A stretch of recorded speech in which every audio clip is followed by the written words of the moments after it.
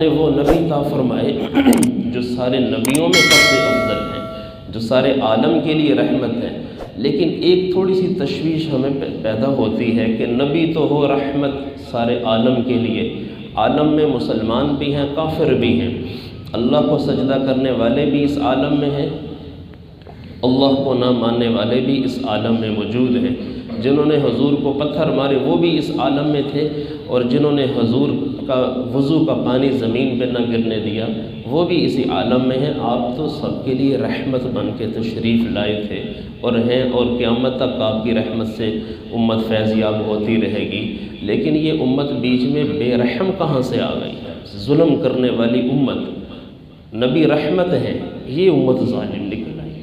بہترین امت تھی یہ والی، لیکن یہ ایک دوسرے پہ ظلم کر رہی ہے، ایک دوسرے کا گلا کاٹ رہی ہے، ایک دوسرے کے مال کے پیچھے پڑے ہوئے ہیں۔ ہاتھ دھو کے نہیں پڑ جاتے بندہ کسی کے پیچھے، ایک دوسروں کی عزتیں خراب کرنے میں ہاتھ دھو کے پیچھے پڑے ہوئے ہیں۔ صبح و شام ایک ہی مشغلہ ہے، اسے ڈیگریڈ کرو، اس کی ویلیو کم کرو، اس کو بے عزت کرو، اس کے خلاف یہ کرو وہ کرو، اس کا مال کھاؤ۔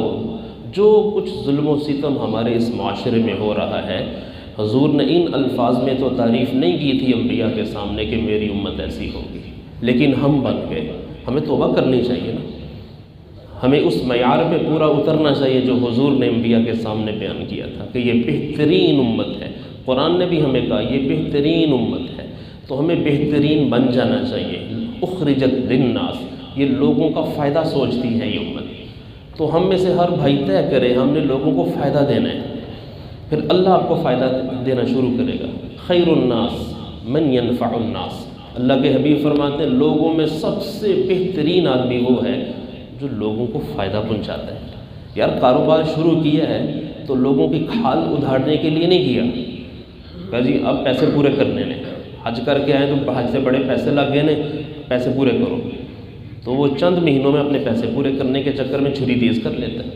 نہیں، بہترین بندہ وہ ہے جو لوگوں کو نفع پہنچانے کی سوچتا ہے۔ بس جس دن سے ہم لوگوں کو نفع پہنچانے کی سوچ لیں گے، تہیہ کر لیں گے بھئی آج سے ہم نے لوگوں کو فائدہ ہی پہنچانا ہے، تو ہم امت کے بہترین افراد میں شامل ہو جائیں گے۔ ایک چیز ہمیشہ یاد رکھنی چاہیے، ہمارا جن بندوں کے ساتھ ہمارا واسطہ پڑتا ہے نا، یہ سب اللہ کا خاندان ہے۔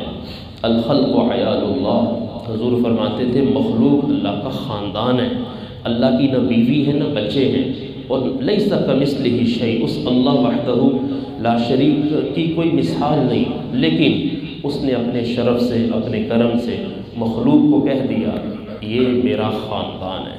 الخلق عیال اللہ فاحب الخلق الی اللہ من احسن الی عیالہ، اور اللہ کو اپنی مخلوق میں سب سے زیادہ پیارا وہ لگتا ہے جو اس کے خاندان کے ساتھ اچھا سلوک کرے۔ جو بندے بندوں کے ساتھ اچھا کرتے ہیں نا، بس اللہ کو وہی پسند ہے۔ حضرت علی کو قتل کرنے والے کی زبان اتنی تیز ہل رہی تھی تو لوگوں نے پوچھا وہ زبان سے کیا کر رہا ہے؟ کہ اللہ کا ذکر کر رہا ہوں، کہ میرا کوئی لمحہ یاد خدا سے غافل نہیں ہوتا۔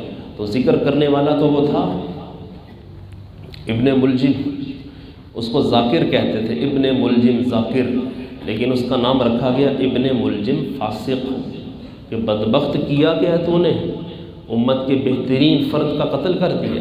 حضرت علی کو قتل کرنا، حضور فرماتے تھے میری امت کا اشقا رجل ہے، یعنی بدترین لوگوں میں ہے وہ بندہ، سب سے بدترین بندہ وہ ہے جو میرے علی پہ تلوار چلائے گا۔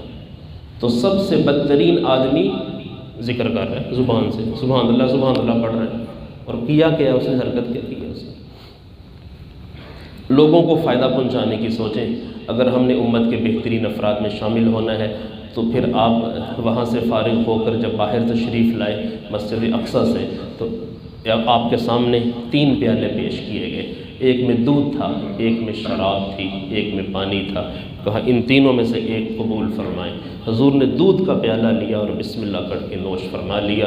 جبریل نے کہا سبط الفطرہ، بالکل ٹھیک کیا، آپ نے بالکل صحیح کیا۔ اگر پانی کو ہاتھ لگاتے پانی پی لیتے تو امت پر پانیوں کے طوفان ہی مسلط رہتے، شراب کو ہاتھ لگا لیتے امت بہک جاتی۔